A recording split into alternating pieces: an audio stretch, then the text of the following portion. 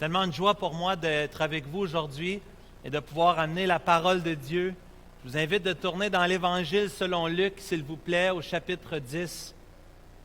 Ce matin, on va voir une histoire bien connue.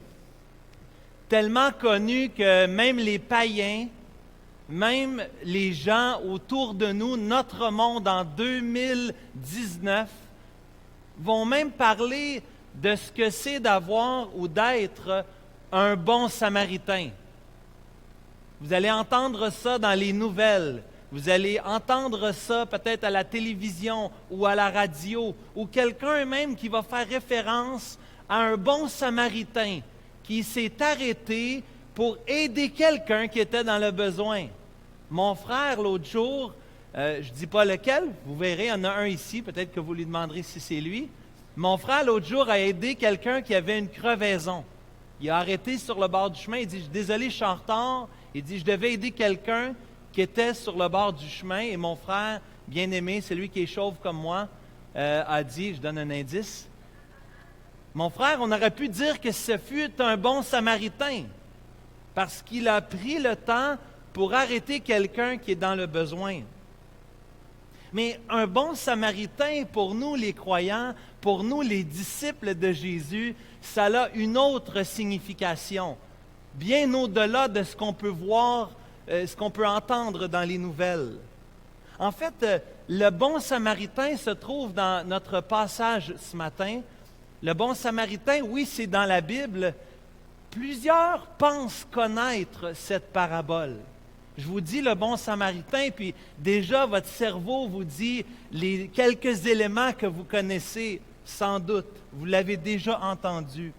Mais comme on a entendu dimanche dernier avec Pasteur Paul dans le Jean 3,16, il y a des passages qu'on connaît, mais qu'on a besoin de s'arrêter un instant pour réfléchir, pour méditer.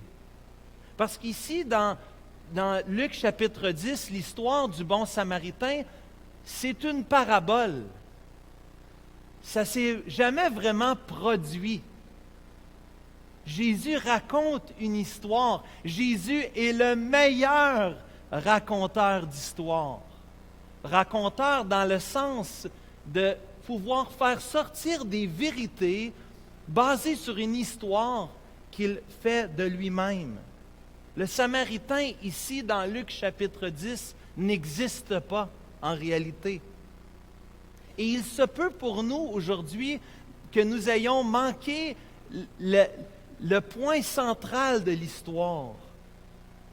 Se peut-il que nous soyons immunisés au message de cette parabole à cause de notre familiarité, avec le fait qu'on en entend parler? Peut-être se peut-il que cela ait influencé notre façon de voir cette parabole. Je crois que, comme Thierry l'a dit, pour nous, chrétiens, oui, cela parle de notre compassion, notre amour pour notre prochain. Mais ici, Jésus ne s'adresse pas à un chrétien. Vous verrez dans Luc chapitre 10, à partir du verset 25, Thierry l'a lu il y a quelques instants, c'est un docteur de la loi. Un docteur de la loi que nous voyons à la toute fin, au verset 37, qui ne démontre aucun signe de repentance, qui n'a pas vraiment saisi le message annoncé par le Seigneur Jésus. Un docteur de la loi, c'est un avocat, si vous voulez, en termes d'aujourd'hui, un notaire, quelqu'un qui connaissait l'Ancien Testament et qui savait appliquer les consignes et les règles de l'Ancien Testament dans la vie du peuple juif, des gens de l'époque. L'Ancien Testament, les docteurs de la loi ou les scribes retranscrivaient la loi, connaissaient la loi, appliquaient la loi et malheureusement, dans plusieurs cas, sont allés au-delà de la loi.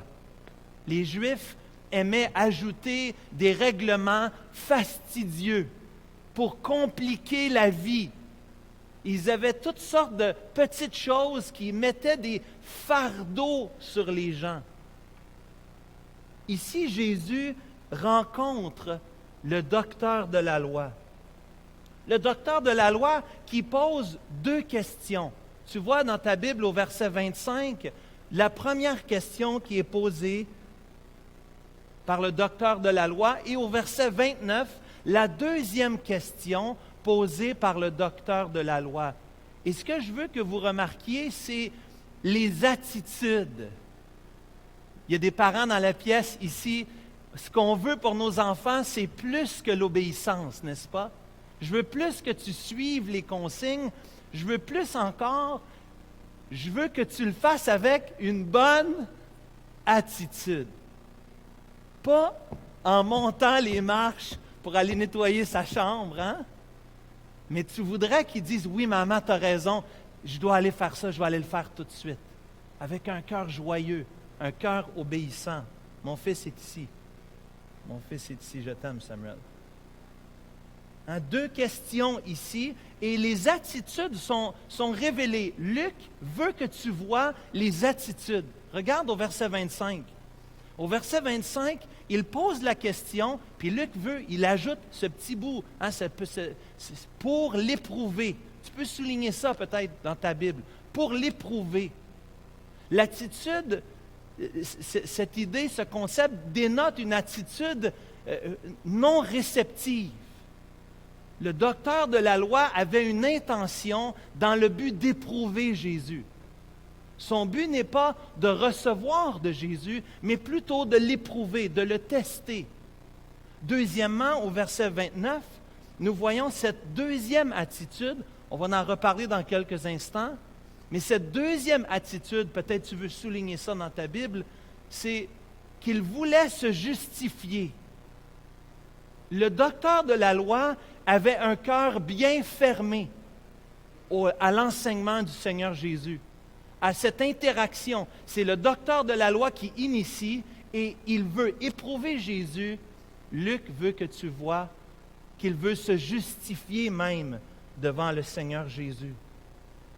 Et c'est intéressant dans ce récit que le docteur de la loi, lorsque Jésus lui pose des questions, parce que c'est une interaction entre deux personnes, c'est intéressant que le docteur de la loi répond avec justesse. Même s'il n'a pas la bonne attitude, il dit les bonnes choses. Il répond adéquatement au commandement, à la question plutôt du Seigneur Jésus. Et la première question qu'on voit ce matin, c'est le docteur de la loi. La première question est posée au verset 25. Que dois-je faire pour hériter la vie éternelle?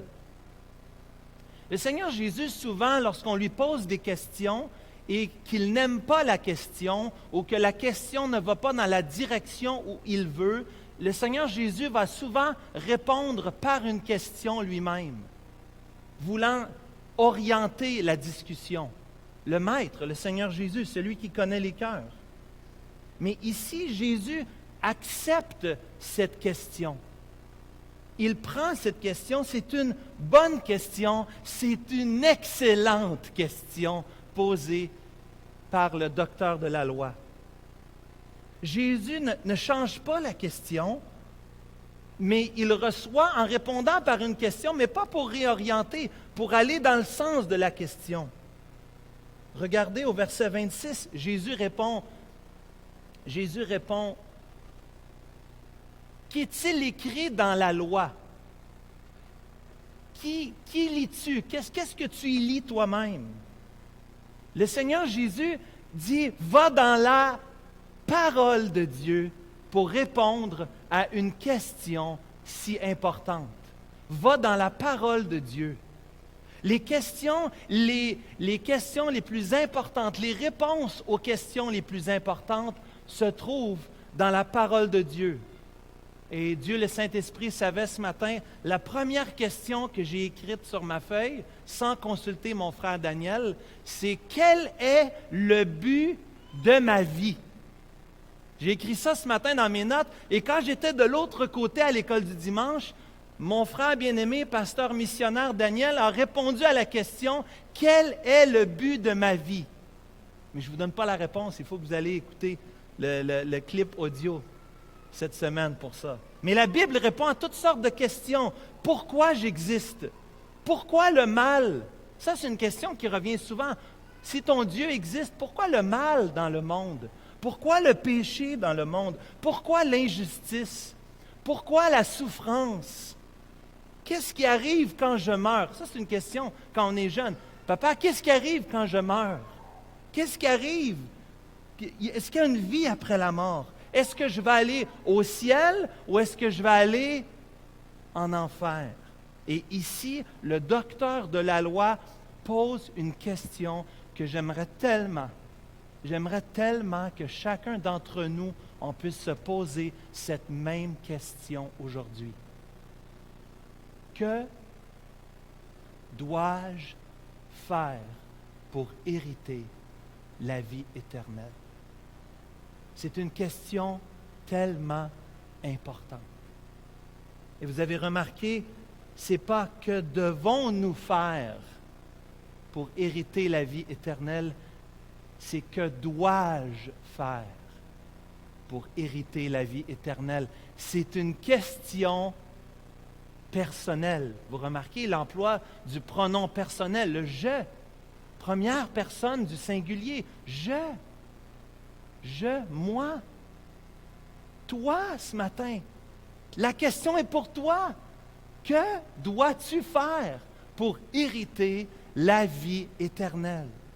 Cette question, elle est primordiale, elle est capitale en importance. Et ce n'est pas n'importe qui. Nous avons ici le maître créateur de l'univers, le Seigneur Jésus, qui discute avec un expert, un docteur de la loi de Moïse. Hey, c'est intéressant notre discussion ce matin.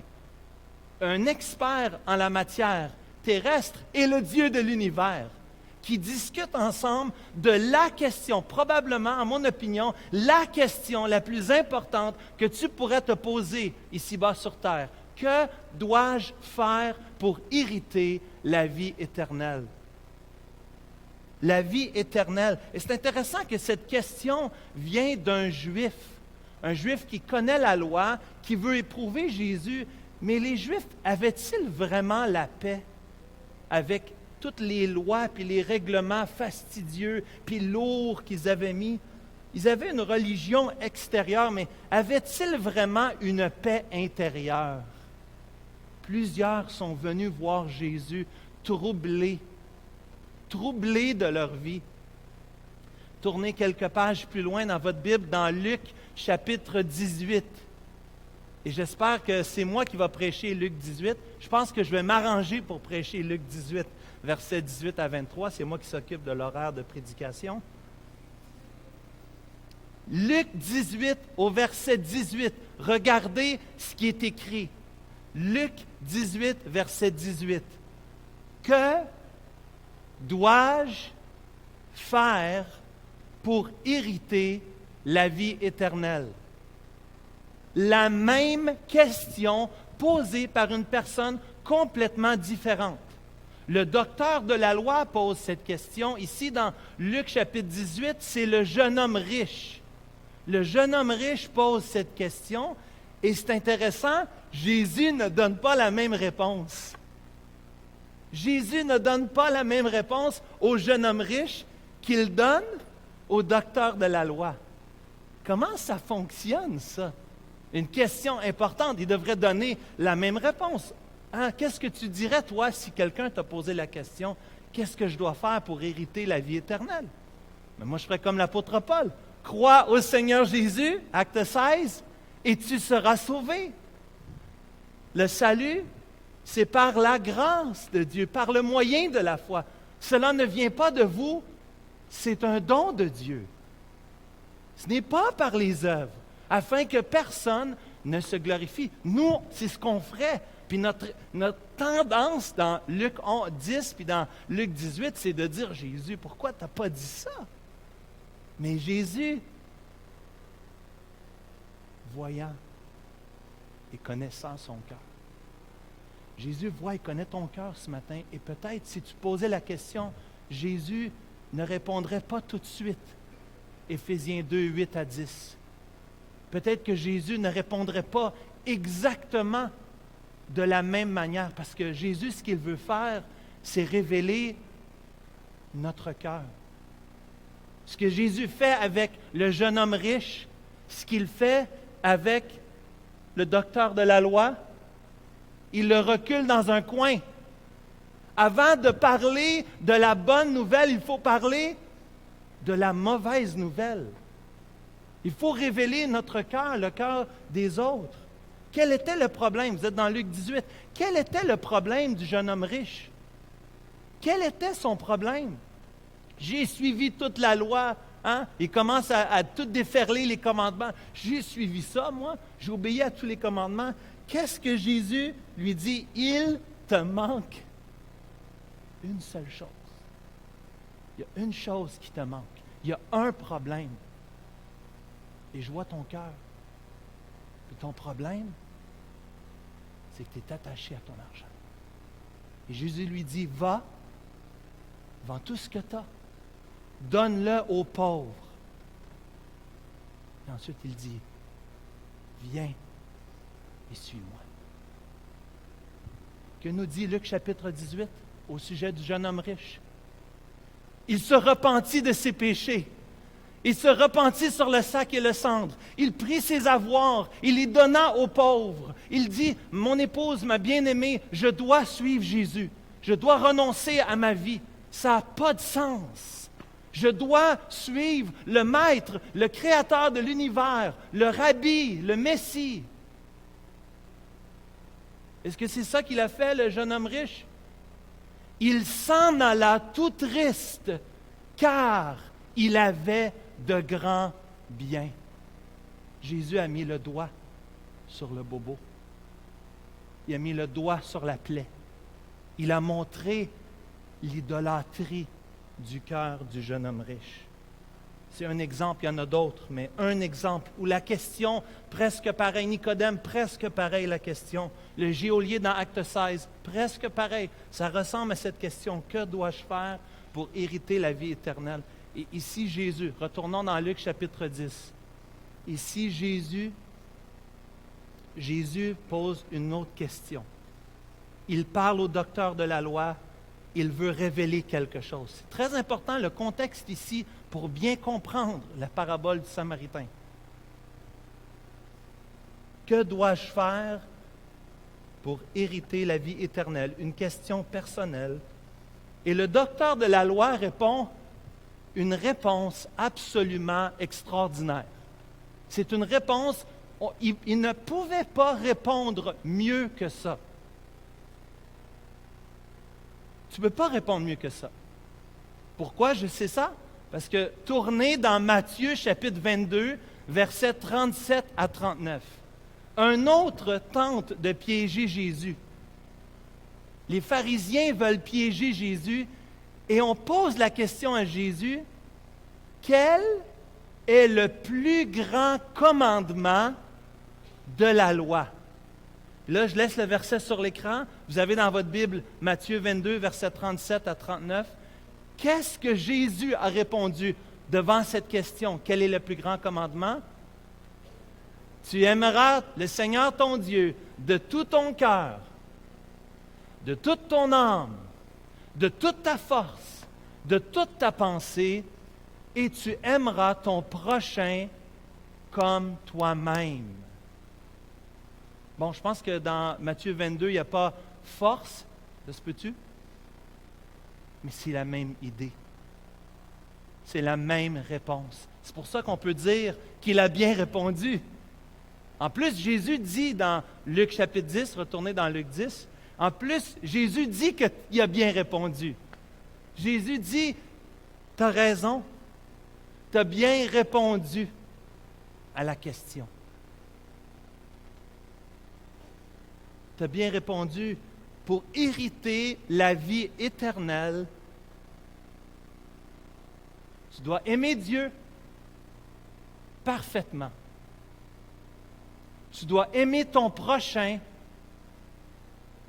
parfaitement. Voilà le standard de Dieu ce matin. Ce n'est pas mon standard, c'est Dieu qui établit ce standard. Tu veux avoir, hériter, obtenir la vie éternelle par toi-même? Tu dois aimer Dieu parfaitement. Tu dois aimer ton prochain à la perfection. Qui ici peut dire qu'il fait cela? Tu peux lever la main ce matin? Moi, je dois baisser la mienne parce que, comme Pierre, moi, je ne fais pas ça. J'aime pas Dieu parfaitement. J'aime pas mon prochain parfaitement. Loin de là. Jésus dit, tu as bien répondu. Mais Jésus ne peut pas s'empêcher d'ajouter cette petite phrase que j'ai soulignée à la fin, ce petit bout de phrase. Ce n'est pas juste d'avoir les bonnes réponses en tête. Il dit, fais cela et tu vivras. Et remarquez tout de suite, sautez au verset 37, Jésus va encore faire la même chose. Encore, Jésus va aller plus loin que le commandement, mais il va aller à l'application. Jésus dit au docteur de la loi, non seulement que tu dois aimer Dieu parfaitement, non seulement que tu dois aimer ton prochain parfaitement, en théorie, oui, tu connais le commandement, mais maintenant le défi, c'est de le faire. Maintenant, le défi, c'est de le vivre à tous les jours, à chaque instant de ta vie. Tu as bien répondu. Et cela, en passant, c'est ce que nous voyons dans Deutéronome, chapitre 6, verset 5. Le docteur de la loi a cité tout simplement le Shama, cette phrase connue. Tu aimeras le Seigneur ton Dieu. Chrétien, disciple de Jésus, tu aimeras le Seigneur ton Dieu de tout ton cœur, de toute ton âme, de toute ta force et de toute ta pensée. Et le Dieu que tu ne vois pas, tu dois manifester cet amour que tu as envers lui. Cela doit se voir dans l'amour du prochain que tu vois. Tu ne peux pas dire que tu aimes Dieu si tu n'aimes pas ton prochain. Ça ne fait aucun sens. Parce que Dieu, qu'est-ce qu'il nous demande? C'est d'aimer notre prochain.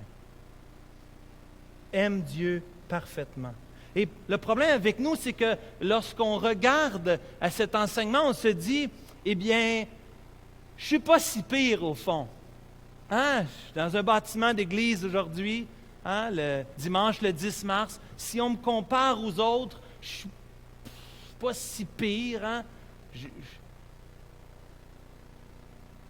Mais le standard de Dieu, ce n'est pas toi par rapport aux autres. Tu n'as pas à te comparer, ça ne donne rien de faire ça.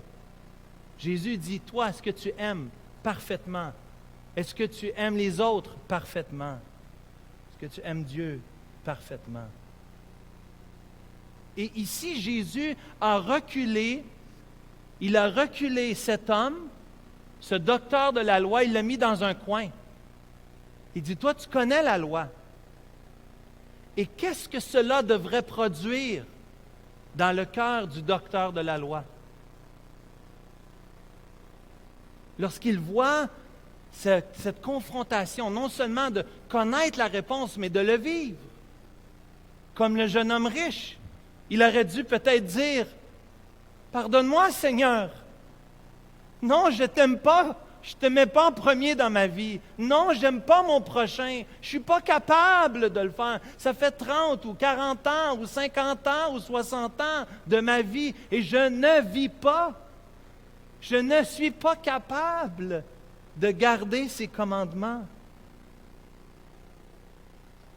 Et dans Acte 13, c'est l'apôtre Paul qui dit, « Sachez donc, hommes frères, que c'est par lui que le pardon des péchés vous est annoncé et que quiconque croit est justifié par lui. De toutes les choses, et c'est là la clé, dont vous ne pouviez être justifiés par la loi de Moïse. » Acte 13, versets 38 à 39. Lorsque Paul proclame l'Évangile, il se doit de dire aux Juifs, « Ne voyez-vous pas que la loi ne pouvait pas vous sauver? Que l'obéissance de la loi, du standard de la perfection de Dieu est impossible Les Juifs qui connaissaient la loi devaient bien savoir qu'ils ne pouvaient pas atteindre les standards de la loi. Chaque année, ils allaient offrir des sacrifices sanglants pour leurs péchés. Personne ne peut suivre la loi. Et ce que nous voyons ici, c'est le prix de rejeter la bonne nouvelle de l'Évangile. Quand tu acceptes l'Évangile, tu acceptes un cadeau gratuit, la grâce de Dieu. Et tu vas être jugé selon la grâce. C'est-à-dire que lorsque tu vas arriver devant le Dieu créateur, tu ne vas pas implorer en fonction de tes œuvres, de ta capacité de suivre la loi. Tu vas arriver devant Dieu puis tu vas plaider pour la grâce de Dieu manifestée en Jésus-Christ. Et tu vas être jugé d'après la grâce. Mais ceux qui ne reçoivent pas le cadeau de la grâce de Dieu ici-bas sur terre seront jugés de l'autre côté selon les œuvres. Tu ne peux pas avoir les deux. Tu es jugé par la grâce ou tu es jugé par tes œuvres. Et ici, Jésus amène dans un coin, il fait exprès, pour révéler le cœur du docteur de la loi, du fait qu'il essaie de vivre une vie et il n'est pas capable d'atteindre le standard parfait de Dieu. Rejeter le salut par Jésus, c'est rejeter la grâce et c'est d'accepter d'être jugé selon tes œuvres. Et c'est pour cette raison, dans Luc chapitre 10, au verset 28, que Jésus lui dit, « Va, fais de même. » Tu veux vivre comme ça? Bien, fais-le, vis-le.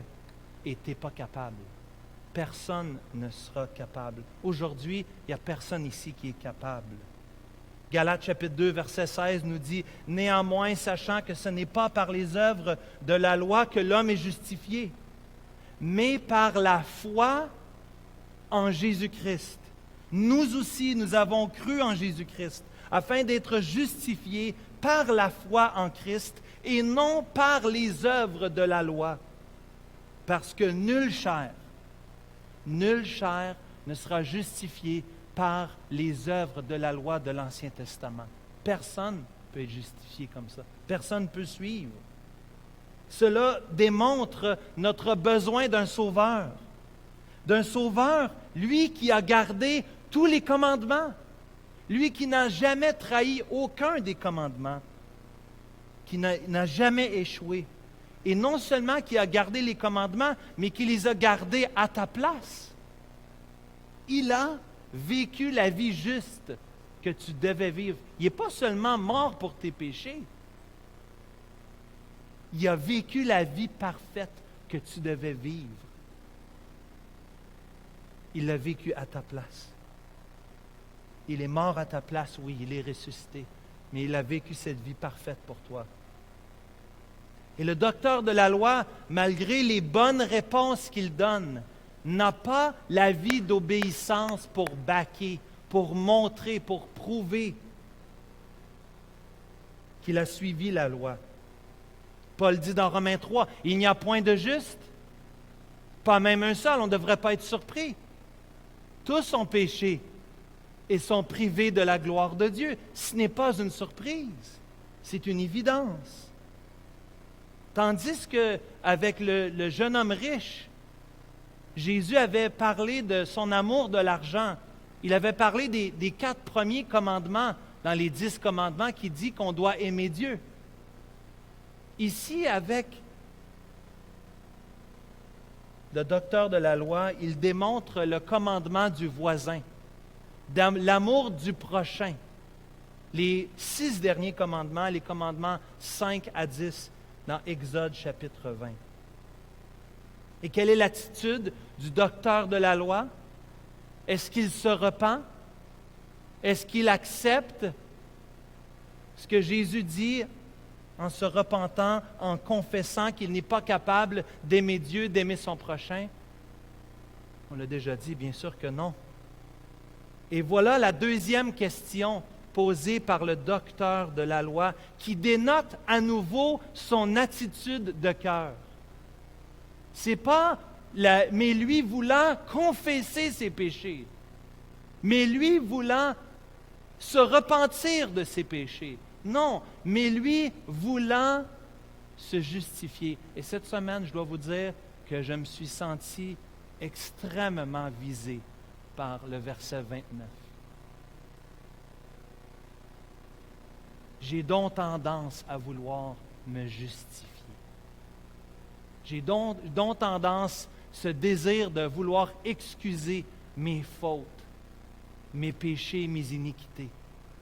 Voulant se justifier dénote une attitude de rébellion, d'un cœur fermé, d'un cœur qui ne reconnaît pas ce que Jésus vient de mettre en lumière, son incapacité de suivre la loi. Pourquoi on peut dire ça? Parce que vous voyez au verset 29 qu'il voulut se justifier et il pose ici une question qui coupe les cheveux en quatre. Regardez la question qu'il pose au verset 29.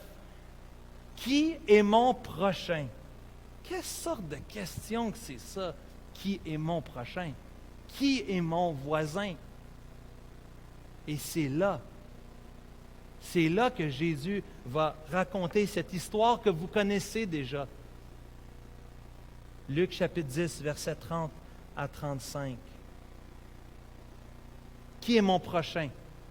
Jésus reprit la parole et dit, « Un homme descendait de Jérusalem à Jéricho. Il tomba au milieu des brigands qui le dépouillèrent, le chargèrent de coups et s'en allèrent, le laissant pour mort à demi-mort. » Un sacrificateur, un prêtre, qui par hasard descendait par le même chemin, ayant vu cet homme, passa outre. Un lévite qui arriva dans ce lieu, l'ayant vu, passa outre. Mais, verset 33, un Samaritain qui voyageait, étant venu là, fut ému de compassion lorsqu'il le vit. Il s'approcha, il banda ses plaies, il versa de l'huile et du vin, puis il le mit sur sa propre monture, sur son animal, un âne peut-être, le conduisit à une hôtellerie et prit soin de lui, même pour la nuit, parce que le lendemain, au verset 35, il tira 2 deniers. 2 deniers, c'est 2 jours de salaire à l'époque. Les donna à l'autre et dit, « Aie soin de lui, prends soin de lui, et ce que tu dépenseras de plus, je te le rendrai à mon retour. » Jésus raconte une histoire, une parabole à un homme inconverti, un homme qui a le cœur fermé, qui veut éprouver Jésus, qui veut se justifier devant Jésus. Un homme qui pense aimer Dieu, parce que c'est intéressant que sa question n'est pas « est-ce que j'aime Dieu ?» Sa question, c'est « qui est mon prochain ?» Il a déjà passé par-dessus le plus grand commandement d'aimer son Dieu de tout son cœur, de toute son âme, de toute sa force, de toute sa pensée, mais il va juste au prochain. C'est intéressant, même, c'est implicite, mais son arrogance de penser qu'il a déjà cela, qu'il a déjà l'amour de Dieu. Et ici, on voit Jésus qui raconte une histoire à l'envers. Rappelez-vous, la parole de Dieu, c'est toujours des principes à l'envers du monde. Et Jésus enseigne une histoire, raconte une histoire complètement à l'envers. Le prêtre, le sacrificateur, le lévite, 2 hommes, il fait exprès pour en amener 2. 2 hommes de la parole, 2 hommes sacrificateurs qui faisaient des sacrifices, qui prenaient l'animal égorgé et qui devaient saupoudrer le sang qui devait offrir le sacrifice au nom du Seigneur, en faveur du peuple, ce sacrificateur, celui qui connaît l'Ancien Testament, la loi, les prophètes, ce sacrificateur, un homme de la parole qui passe outre. Qui passe outre. Regardez l'attitude. C'est toujours une question d'attitude. Regardez l'indifférence. Aujourd'hui, ce qu'on dirait, c'est « je ne veux pas m'en mêler ». Hein? Parce qu'on est plus politique aujourd'hui. Hein? Je ne veux pas m'en mêler, tu sais. Je ne sais pas, peut-être que ça va me demander quelque chose. Hein? Peut-être qu'il est méchant, je ne sais pas. Aujourd'hui, hein, on entend toutes sortes d'histoires. Je ne veux pas m'en mêler. Hein? C'est probablement ça que nous, on aurait dit. À l'époque, on dit « passe à outre ». Nous, on dit « on est pressé, j'ai un autre rendez-vous, il faut que j'y aille ». À cette époque, peut-être qu'il marchait ou avec un non, qui le sait. Mais il passe outre. C'est clair qu'il est indifférent. Je ne veux pas m'en mêler. Et au fond, il ne fait pas ce qu'il devrait faire. Et Jésus prend un Samaritain. Pour les Juifs, les Samaritains étaient détestés. Parce que les Samaritains, ce qu'ils avaient fait, c'est que ce sont des Juifs qui ont marié des non-Juifs. C'est des mélangés. Et il y a beaucoup de problèmes avec les Samaritains. On pourrait passer beaucoup de temps là-dessus aujourd'hui, mais rappelez-vous l'histoire de la femme samaritaine dans Jean chapitre 4.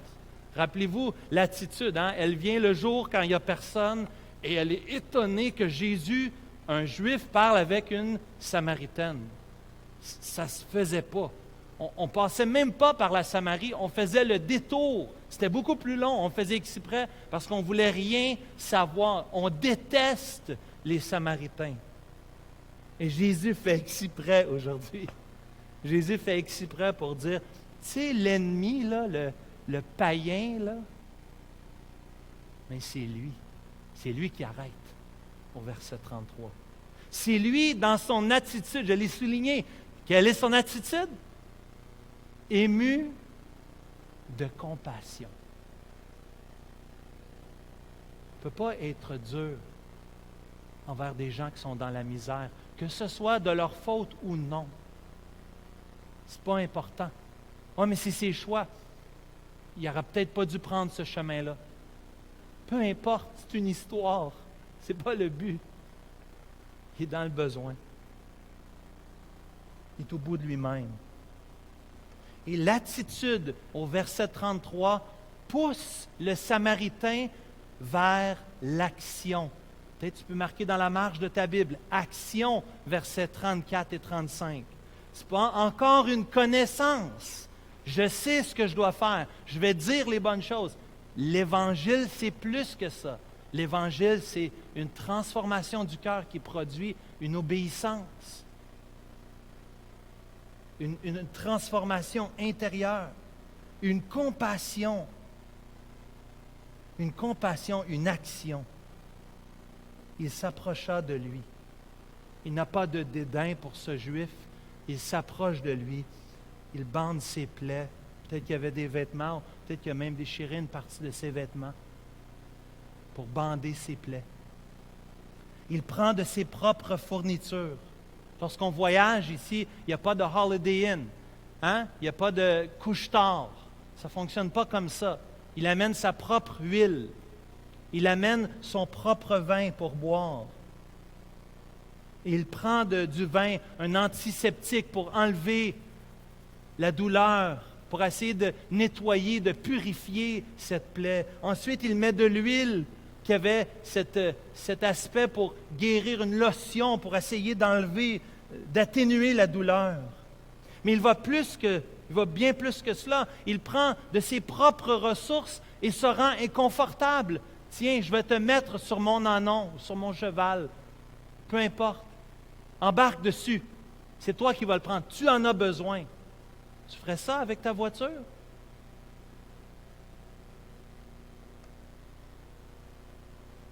Il le conduit à l'hôtellerie et il prend soin de lui. Regardez au verset 35. Le lendemain, il tire 2 deniers 2 deniers, c'est 2 jours de salaire. Et je ne veux pas vous mettre mal à l'aise aujourd'hui, mais à partir du 1er mai 2019, le salaire minimum à Montréal, au Québec, va monter à 12,50 $. 12,50 $. Multiplié par 8 heures, ça fait 100 $ ronds avant les impôts. 100 $ ronds pour quelqu'un au salaire minimum qui donne 2 jours de salaire. Ça veut dire que tu donnerais aujourd'hui 200 piastres à un inconnu, quelqu'un que tu n'as jamais vu avant, que tu ne connais pas, et tu prends 200 $ de ton argent. Pensez à ça une seconde. Ça, c'est au salaire minimum. Nous, on fait combien plus? Mais juste pour l'exemple, prends 200 $ puis tu dis, ça paye au moins une nuit d'hôtel, ça. Hein? Ça paye un peu, on va essayer de... Puis il dit au maître de l'hôtel, prends-en soin. Et en plus, il ouvre un running tab. Il dit, s'il y a d'autres frais, s'il y a d'autres coûts, tu le mettras sur mon compte. Je vais le payer, il n'y a pas de problème. Quand je vais repasser, je te donnerai la différence. Voyez-vous ce que Jésus est en train de dépeindre ici? Il est en train de dépeindre ce que c'est l'amour sacrificiel, l'amour inconditionnel, l'amour qui se donne, l'amour qui ne regarde pas à la dépense, l'amour qui dit 200 piastres au salaire minimum. Nos salaires sont plus élevés que ça, probablement. C'est des centaines de dollars en termes d'aujourd'hui qu'on donne à un inconnu. On se dépense dans nos ressources. On donne de ce qu'on a. On prend soin de lui. Il reste à son chevet. Il reste toute la nuit pour prendre soin de lui. Jésus veut montrer, cher ami, mon frère, ma sœur, Jésus veut montrer ce que c'est le vrai amour. C'est ça le vrai amour. C'est ça la vraie compassion pour son prochain. Un amour prodigue, c'est-à-dire un amour extrême, un amour extravagant, un amour généreux envers un inconnu. Jésus montre l'étendue du commandement. Il ne faut pas être surpris. Dans le Sermon sur la montagne, Matthieu chapitre 5, versets 43 et 44, vous avez entendu « Aimez vos amis et détestez vos ennemis. » Hein? Haïssez vos ennemis. Mais au verset 44, Jésus dit, moi je vous dis, aimez vos ennemis. Aimez vos ennemis, bénissez ceux qui vous maudissent. Faites du bien à ceux qui vous haïssent. Priez pour ceux qui vous maltraitent et vous persécutent. Ça, c'est l'Évangile. Il n'y a pas de gloire d'aimer quelqu'un qui t'aime en retour. Va aimer quelqu'un qui ne pourra jamais te rendre l'appareil. Ça, c'est l'amour inconditionnel. C'est l'amour divin. Jésus montre que cet homme, comme nous tous, passe complètement à côté de la loi. Il est encore dans le même thème. Le but du bon Samaritain, le but de cette parabole, c'est d'enseigner une leçon envers ce jeune homme, ce docteur de la loi. Lequel de ces trois semble avoir été le prochain de l'autre? La question se pose, la réponse, vous êtes d'accord avec moi? Ça ne prend pas un dessin, ça ne prend pas un diplôme pour savoir c'est lequel de ces trois-là qui a été le prochain de l'autre. Jésus renverse la question. Le docteur de la loi pose la question, qui est mon prochain? Et Jésus pose la question, toi, tu es le prochain de qui? Tu es le prochain de qui, toi? La question est inversée. Ce n'est pas qui est mon prochain, toi. Lequel a été le prochain de celui qui est tombé dans le milieu des brigands? Cher ami, pour aimer les autres comme ça, on a besoin d'une puissance transformatrice à l'intérieur de notre cœur. Comment pouvons-nous aimer des gens comme ça? La réponse du Seigneur Jésus est évidente. Remarquez encore. Non seulement qu'il dit qu'il a bien répondu, mais il dit, va et toi, fais de même.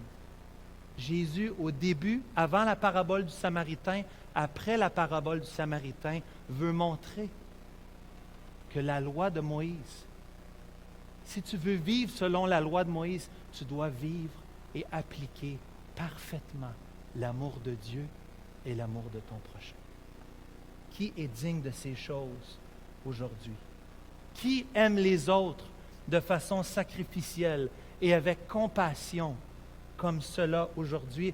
Même nous les croyants, soyons très honnêtes aujourd'hui. Est-ce que nous aimons les autres comme ce Samaritain? Bien sûr que non. Bien sûr que non. Et plutôt que de se repentir, on n'a pas d'indication qu'est-ce qui s'est passé après, mais il n'y a pas d'indice comme quoi il s'est repenti. L'indice ici, mon frère, ma soeur, en conclusion, l'indice ici, c'est plutôt celui qui s'est renfermé, celui qui n'a pas reçu cette exhortation, cette confrontation du Seigneur Jésus. Toi qui es ici ce matin, vas-tu faire comme cet expert de la loi? Vas-tu faire ce que l'expert de la loi n'a pas voulu faire? Vas-tu confesser? Vas-tu reconnaître ton incapacité d'aimer Dieu parfaitement et d'aimer ton prochain parfaitement? Cher ami, c'est pour ça que nous avons besoin d'un sauveur. Un sauveur qui, soit dit en passant ce matin, est bien plus comme le Samaritain. Notre sauveur est bien plus comme le Samaritain. Un Samaritain qui a aimé sans condition, qui s'est dépensé, qui s'est donné lui-même, qui a même, nous dit la bonne nouvelle de l'Évangile, accepté de prendre les coups à ta place.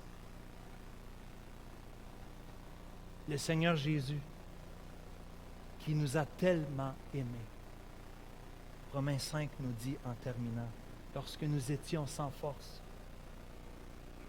Christ, au temps marqué, est mort pour des impies comme moi. À peine mourrait-on pour un juste. Quelqu'un peut-être mourrait-il pour un homme de bien. Mais Dieu prouve son amour envers nous.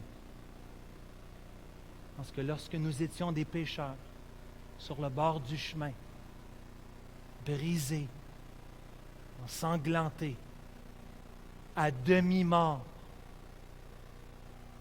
Dieu prouve son amour envers nous. Parce que lorsque nous étions comme ce pécheur, Christ est mort pour nous. Seigneur Jésus, merci. Que te dire devant cette parabole, Seigneur, devant cette histoire? Ton amour est extravagant, Seigneur Jésus. Ton amour nous déboussole aujourd'hui. On est encore frappé, Seigneur. Même devant ce docteur de la loi, tu lui présentes avec ta compassion, Seigneur Jésus. Tu le confrontes à son péché. Peut-être aujourd'hui, Seigneur, il y a des gens ici que ce n'est pas l'argent comme le jeune homme riche ou ce n'est pas l'amour de Dieu ou l'amour du prochain. Peut-être qu'il y a un autre empêchement qui empêche une idole, quelque chose qui empêche un homme ou une femme aujourd'hui de plaider miséricorde et compassion envers toi. Pitié, confessant ses péchés, Seigneur. Notre désir aujourd'hui, ce serait que chaque personne puisse répondre: comment puis-je hériter de la vie éternelle? Et d'y répondre avec assurance, basée sur ce que tu dis dans ta parole. Seigneur, pour l'Église Emmanuel, je t'en prie, Seigneur, donne-nous cet amour extravagant pour toi. Cet amour pour toi, cet amour pour notre prochain.